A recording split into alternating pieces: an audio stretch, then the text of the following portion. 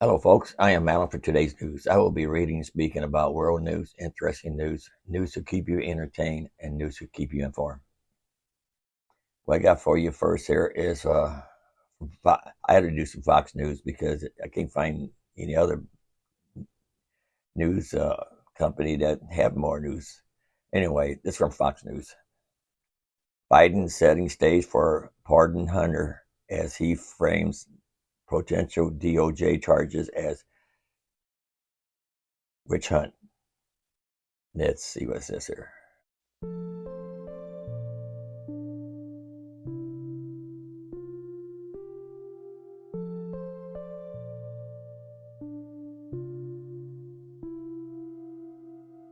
President Biden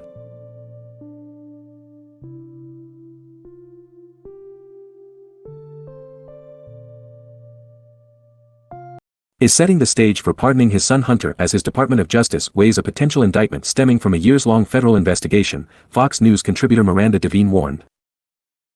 Devine's comments come after Biden finally addressed the possibility of his son facing charges during a rare sit-down interview where he dismissed the chance that it would have any impact on his tenure in office. That mythology of Joe Biden that's been around for more than 4 decades, which is that he's a lovely family man, moderate Democrat, lunch pail Joe, working class Joe, the poorest man in Congress, and a wonderful family man full of empathy because of the tragedies in his own life.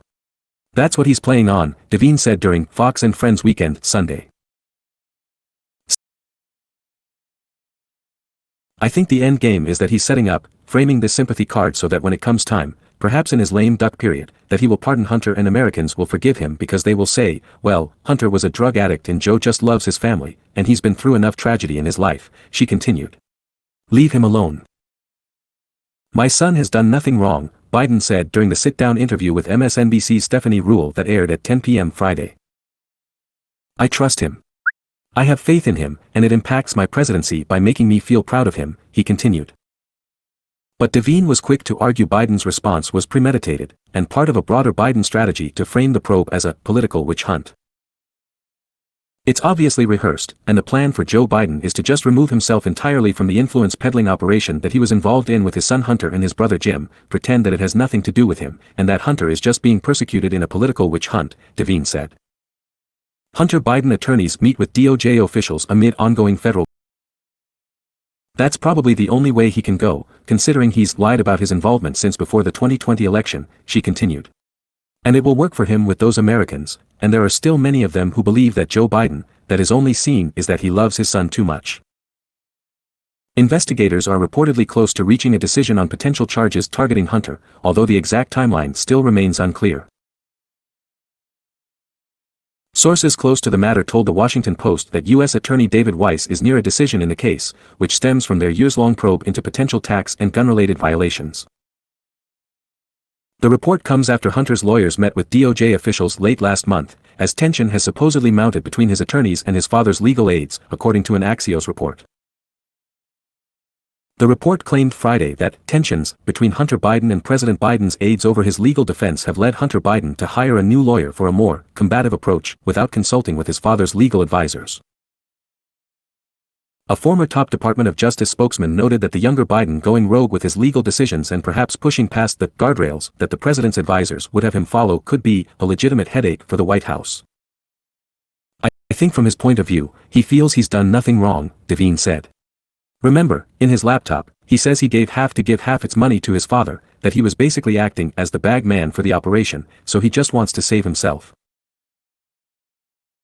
Hunter is also facing a congressional investigation into his overseas business dealings and a legal battle in Arkansas over child support for his 4-year-old daughter. Okay, now let's do this straight now. Joe don't love his son. He loved the money he gets from his son. That's what he loves. And if he try to pardon his son, that should be illegal. Just because it's his son, he shouldn't pardon him. They both should just face up, deal with the crime, be punished. What I say. Let's see what this little video says here. Oh, that's not the video. Here it is here. No ties to you could be charged by your Department of Justice. How will that impact your presidency? First of all, my son's done nothing wrong. I trust him. I have faith in him, and it impacts my presidency by making me feel proud of him. Joe Biden says his son Hunter has done nothing wrong. He's proud of him as prosecutors close in on a possible indictment of the president's son after a 4-year investigation into his tax and gun violations. Here to react, New York Post columnist, author, and Fox News contributor Miranda Devine. Miranda, thanks for being here. This is the default setting of Joe. I think at this point, it's, I don't know anything about his business dealings, and I'm proud of him. Should we... And then you look at what the reporter said. It has no connections to you. I mean, it's all so rigged and not befitting the situation they're in. What do you make of this response in this most recent interview? Well, it's obviously rehearsed, and the plan for Joe Biden is to just remove himself entirely from the influence peddling operation that he was involved in with his son Hunter and his brother Jim. Pretend that it has nothing to do with him, and that Hunter is just being persecuted in a political witch hunt. And I think, that's probably the only way he can go, considering he's lied about his involvement since before the 2020 election. And it will work for him with those Americans, and there are still many of them, who believe that Joe Biden, that his only sin is that he loves his son too much. That mythology of Joe Biden that's... Okay, you can watch the rest of this later if you like. It's over 5 minutes long. And I'm going to go to my next one here. All the links will be in my description box like always. This is from The Hill. Biden approval slips to new low in wake of 2024 campaign launch, said a survey.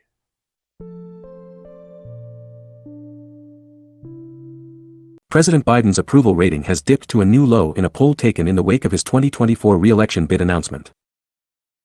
The Washington Post ABC News survey found the president's approval rating fell 6 percentage points between February and May, with the share of those who say they approve of the way Biden's handling his job dropping from 42 to 36%.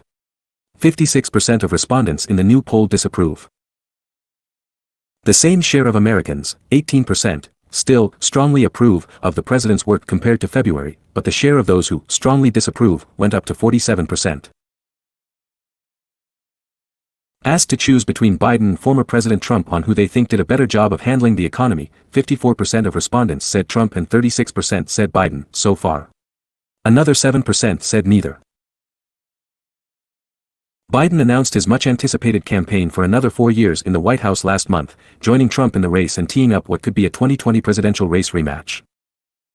Already the country's oldest sitting president, Biden made his announcement amid concerns about his age.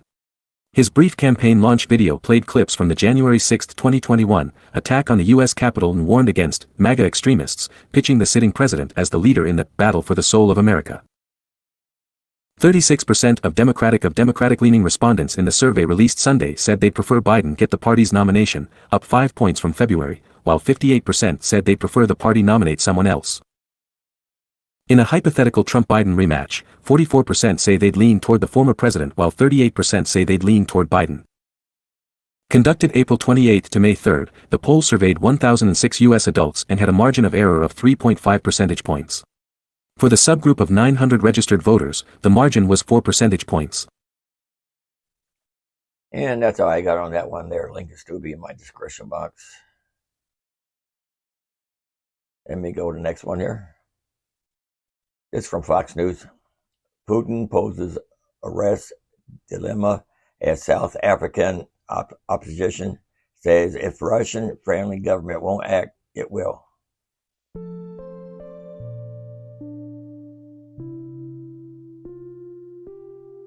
Johannesburg, South Africa, a U.S.-sanctioned Russian oligarch is accused of making shady deals under sunny skies with South African politicians, the reported real reason why Russian President Vladimir Putin could evade arrest should he make a planned trip to South Africa in August. Oligarch Victor Vekselberg, said to be close to Putin, has been accused of repeatedly bankrolling South Africa's ruling ANC political party. South African President Cyril Ramaphosa, also president of the ANC, has so far failed to undertake efforts to arrest the Russian leader should he make a planned trip to Cape Town in August.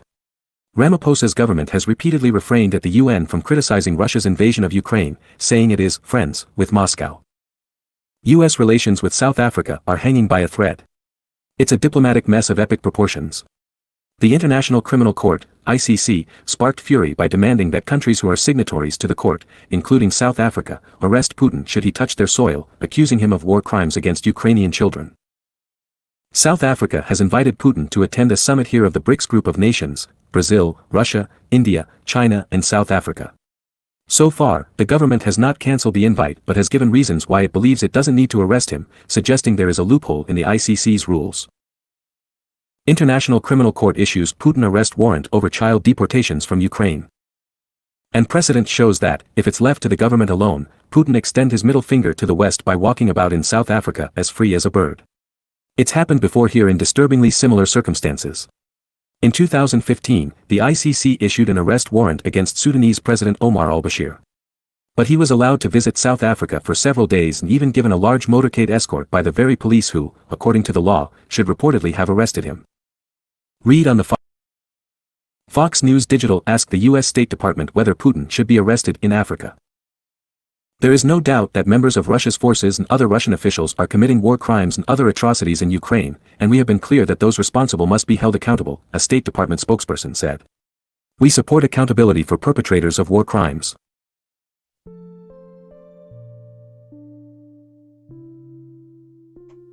South Africa's Justice Minister Ronald Lamola told the local Business Day his police may not arrest Putin. Instead, they are exploring the option to look at extending customary diplomatic immunity to visiting heads of state in our country. Officially, South Africa has still not committed to an arrest. Cabinet has appointed an interministerial committee chaired by the Deputy President to discuss the legal opinion provided on the matter and propose a way forward, Clayson Manyela, the Department of International Relations head of public diplomacy told Fox News Digital. Manyela further said reports in some international media that South Africa is quietly trying to persuade Putin not to visit are not the correct line. Okay, I hope he does get arrested. Go over and get arrested. There's more to read on if you want to read the rest of it. I'm going to my next one now. It's one from Business Insider. Ukraine launched more than 10 attack drones on Crimea in an overnight barrage, a Russian-installed official says.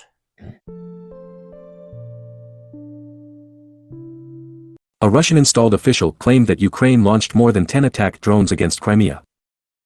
The Moscow-installed governor of Sevastopol said air defense systems had repelled the attacks. Ukraine has not commented on the alleged strikes. Full screen. A Russian-installed official claimed that Ukraine launched more than 10 drones attacking Crimea on Sunday. Multiple blasts were reported to have struck the occupied Ukrainian peninsula overnight, which has been annexed by Russia since 2014, according to local reports. The Moscow-installed governor of Sevastopol, Mikhail Razvozayev, accused Kiev of being behind the attacks and claimed that air defense systems had repelled them, including 3 over Sevastopol, a major Russian naval port on the Black Sea. No objects in the city were damaged, Razvozayev said on Telegram. Occupation authorities claimed its air defense forces shot down Ukrainian RIM-2 ballistic missiles. The Russian-appointed head of Crimea, Sergei Aksionov, shared a video appearing to show a field with a large hole in it, which he suggested was made by the downed missile. Okay, let's see what this video shows. That's where the downed missile went. And there's more to read on that if you want to read the rest of it. I'm going to go to the next one now. This one here is from News. Doomsday. Ex-KGB spy says Putin has put world one step from nuclear apocalypse.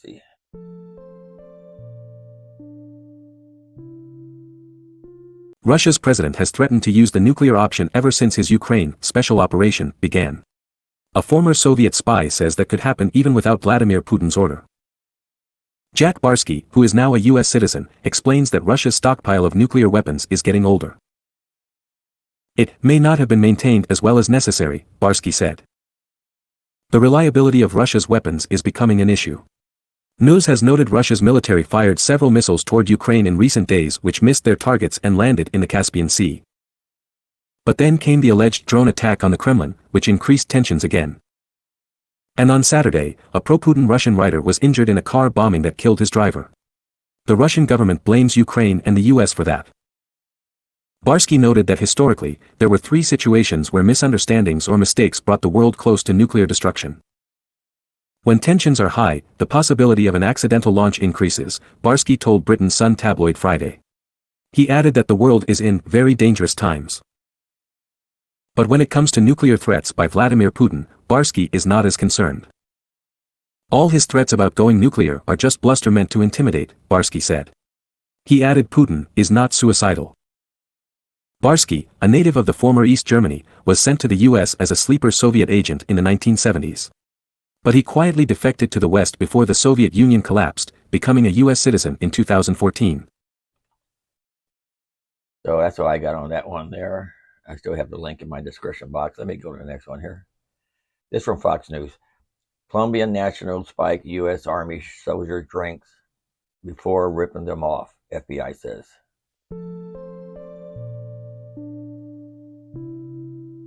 Three Colombian nationals have been indicted for allegedly drugging 2 U.S. Army soldiers and stealing their money and cell phones.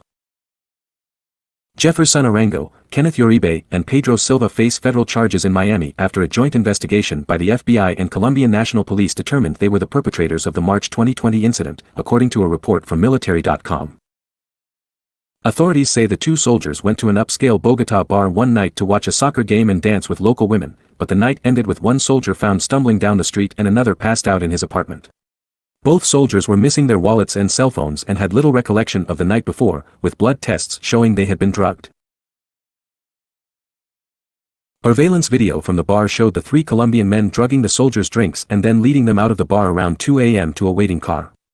Later, surveillance video at a bank, ATM and stores show Arango allegedly using the soldiers' debit and credit cards. Colombian police began intercepting phone communications between the 3 men after they were identified, with authorities alleging the men discussed robbing people after drugging them at bars and expressed anger that the looming COVID-19 pandemic would shut down their scheme.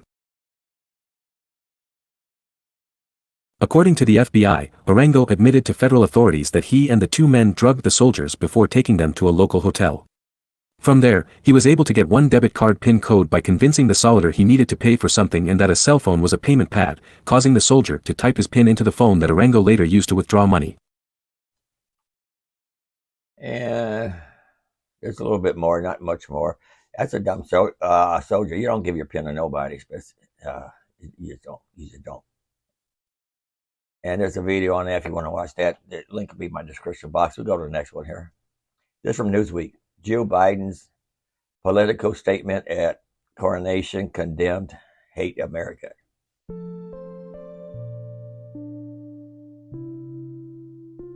Conservatives raged on social media over First Lady Jill Biden's political message at King Charles III's coronation on Saturday. Biden and her granddaughter Finnegan Biden wore coordinated yellow and blue dresses to the coronation ceremony, representing the flag of Ukraine. The move was viewed as a sign of solidarity with the Eastern European country, which for more than a year has been fighting off an invasion from Russia.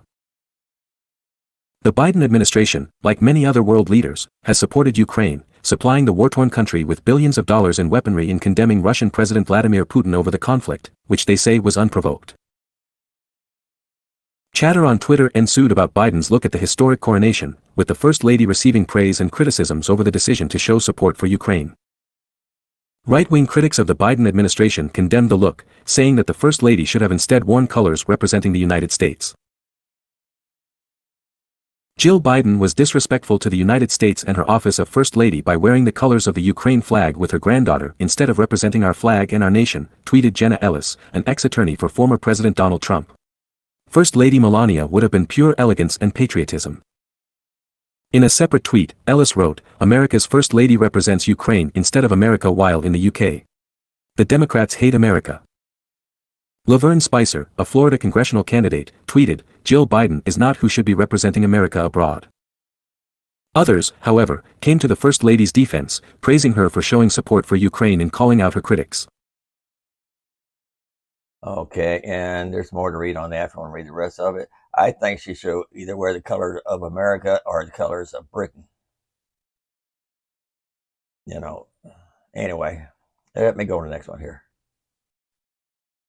This one here from Business Insider. Germany is finally focusing on defending NATO, but its military lacks almost everything it needs to do it. a former German general says.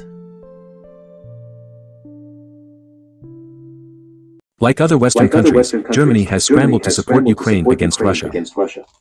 That has highlighted the neglected state and outdated focus of Germany's military, a former general says. Before Berlin can support Kiev or defend NATO, it will have to refurbish its own forces. Before Germany can arm Ukraine, it's going to have to rearm itself. That's the warning from a former German general who argues that Germany must refurbish its badly neglected armed forces, though this will take years to accomplish. Russia's invasion of Ukraine and Germany's attempt to supply weapons to Kiev have highlighted the neglected state and outdated focus of the German armed forces, Eric Vad writes in a recent essay for the Belfer Center for Science and International Affairs. In the early years after the Cold War, the military of the reunited Germany, comprising the West German Bundeswehr and parts of East Germany's National Volksarmee, was a large, well-trained, and well-equipped force. In 1990, that force had almost 500,000 personnel. Today, the German military is just 183,000 strong, and it can't meet its recruiting goals. In 2018, half of its jet fighters and none of its 6 submarines were rated ready for combat. In 2022, German commanders complained that their Puma infantry fighting vehicles were plagued by defects. Finding spare Leopard 2 tanks and other armored vehicles that are in good mechanical condition to send to Ukraine has been a challenge. Many of the tanks that Germany sent came from the Bundeswehr's own stocks, thus reducing its tank strength. There is a lack of armored and mechanized units, which have been severely cut back over the years, a shortage of ammunition and weaknesses in the logistics of depot stockpiling, writes Vad, who served as former Chancellor Angela Merkel's military policy advisor. Many facilities, including barracks, are in poor condition. And there's more to read on that if you want to read it. Link will be in my description box. Yeah, let's go to the next one here. This from CNN.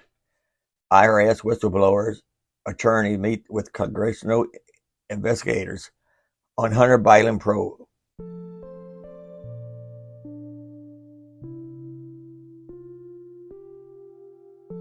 Attorneys for an IRS whistleblower who alleged there is political interference at the Justice Department in the Hunter Biden criminal investigation met with congressional investigators Friday to lay the groundwork for what their client hopes to share with Congress, according to sources familiar with the matter.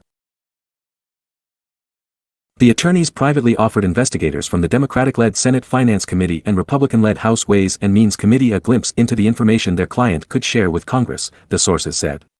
Such a disclosure is a typical early step in whistleblower cases involving sensitive tax information. A Republican aide with the Ways and Means Committee said they anticipate an in-person interview with the whistleblower in the near future.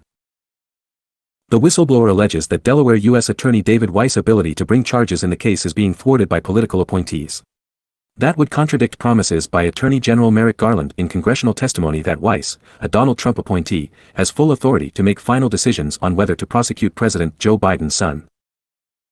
The process is proceeding on a bipartisan basis with ranking member Mike Crapo's staff, said Ryan Carey, a spokesman for Senate Finance Chair Ron Wyden, an Oregon Democrat. Last month, Mark Lytle, an attorney for the whistleblower, wrote to a handful of House and Senate committee leaders expressing his client's interest in making protected whistleblower disclosures to Congress. Lytle said his client, an unnamed IRS criminal supervisory special agent, has been overseeing the ongoing and sensitive investigation of a high-profile, controversial subject, which a source has confirmed was Hunter Biden. Federal prosecutors have spent years, spanning 3 attorneys general, investigating Hunter Biden and have weighed bringing charges against him for alleged tax crimes and a false statement, CNN has previously reported. So far, no charges have been filed. Hunter Biden has denied wrongdoing. The president affirmed his support for his son in an interview that aired Friday on MSNBC, adding that the Justice Department's investigation would not affect his presidency. First of all, my son has done nothing wrong. I trust him. I have faith in him, Joe Biden told Stephanie Ruhle. It impacts my presidency by making me feel proud of him. The IRS whistleblower claimed to have information that contradicts sworn testimony to Congress by a senior political appointee, according to the letter from his attorney. That senior political appointee was Garland, people familiar with the matter previously told CNN. Okay, there's more to read on that if you want to read the rest of it, not a whole lot more. And Joe Biden give him 4 Pinocchio noses for that, for those lies he's been telling on this newscast. Let's go to the next one. This from Newsmax. Rule will mean asylum denials for many migrants.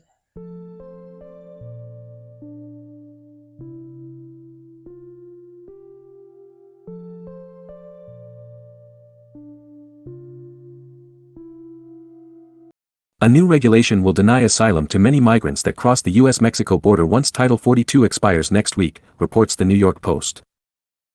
The new rule is expected to be finalized by May 11th, according to officials who spoke with the news outlet. Homeland Security Secretary Alejandro Mayorkas said Friday that authorities faced extremely challenging circumstances along the border with Mexico days before pandemic-related asylum restrictions end. The secretary reaffirmed plans to finalize a new policy by Thursday that will make it extremely difficult for migrants to seek asylum if they pass through another country, like Mexico, on their way to the U.S. border, or if they did not use other legal methods to enter the United States. The situation at the border is a very serious one, a very challenging one, and a very difficult one, Mayorkas said. Illegal crossings tumbled after President Joe Biden announced asylum restrictions in January, but they have risen since mid-April. Brandon Judd, president of the National Border Patrol Council, said this week they have been hovering around 7,200 daily, up from about 5,200 in March. Mayorkas touted new legal pathways, which include parole for up to 30,000 Cubans, Haitians, Nicaraguans and Venezuelans a month who apply online with a financial sponsor. But he said the Biden administration could do only so much without Congress. "We have a plan, we are executing on that plan," Mayorkas said. Fundamentally, however, we are working within a broken immigration system that for decades has been in dire need of reform. Okay, and then that's all I got on that one there. Let's see what this video says here.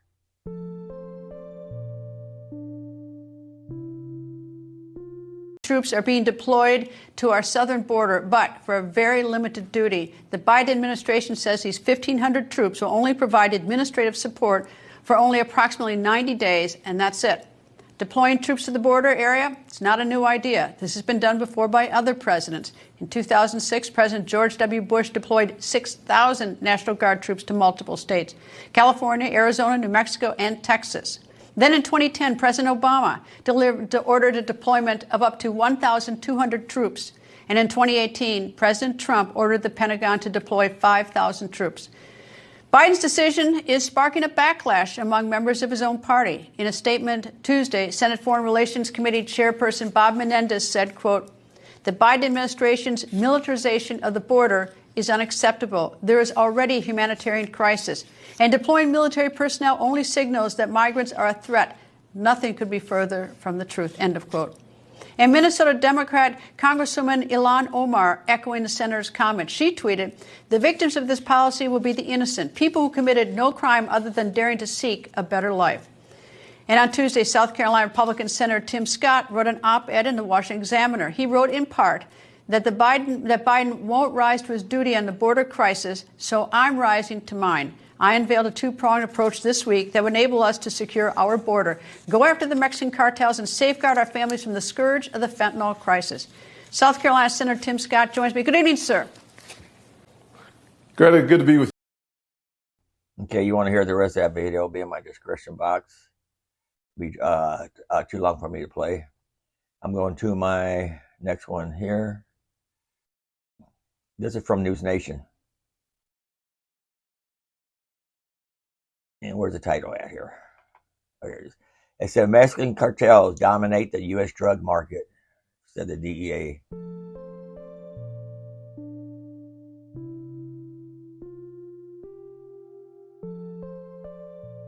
News Nation, Mexican cartels dominate large areas of the U.S. drug market, and the Sinaloa cartel leads the way, according to members of the U.S. Drug Enforcement Agency, DEA. Federal, state and local authorities on Thursday showcased the results of a 3-year investigation into the Sinaloa cartel in Arizona.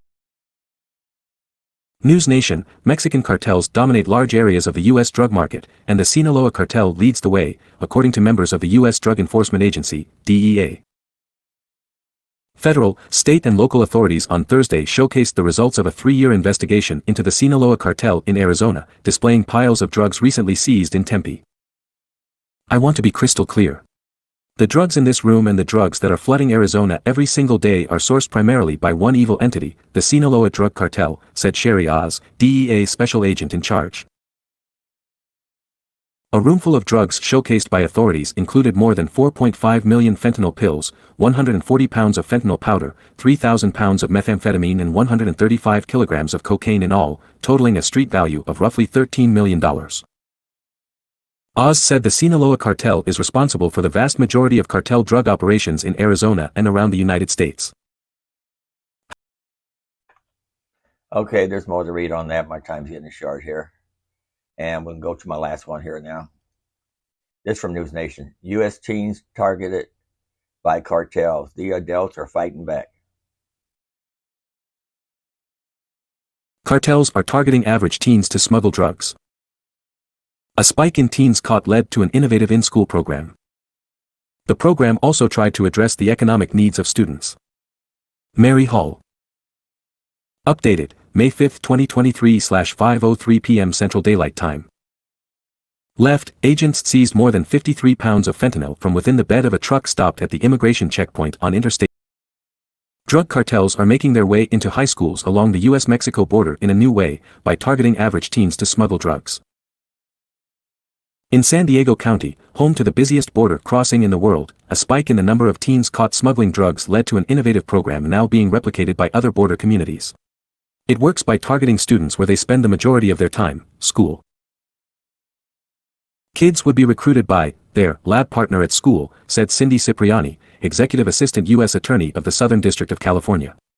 What we found is that kids were being targeted who were economically vulnerable, who perhaps there isn't a secure residence, there isn't secure food on the table. And you find that it's really hard for them to say no. Cipriani was a key member of an effort that also included school districts, community groups, Border Patrol, the FBI, and a number of other organizations. One of the hot spots for the cartel's recruitment centers is in southern San Diego County, an area abutting Tijuana, Mexico, and where many teens are frequent border crossers. We might have some families where the youth has been born and raised and is a U.S. citizen but perhaps a parent had been deported, said Mandy Misevic, Program Director for SBCS, a nonprofit offering services for at-risk teens who was a part of the prevention effort. We also have families who, due to the increased economic costs of living, had to relocate across the border.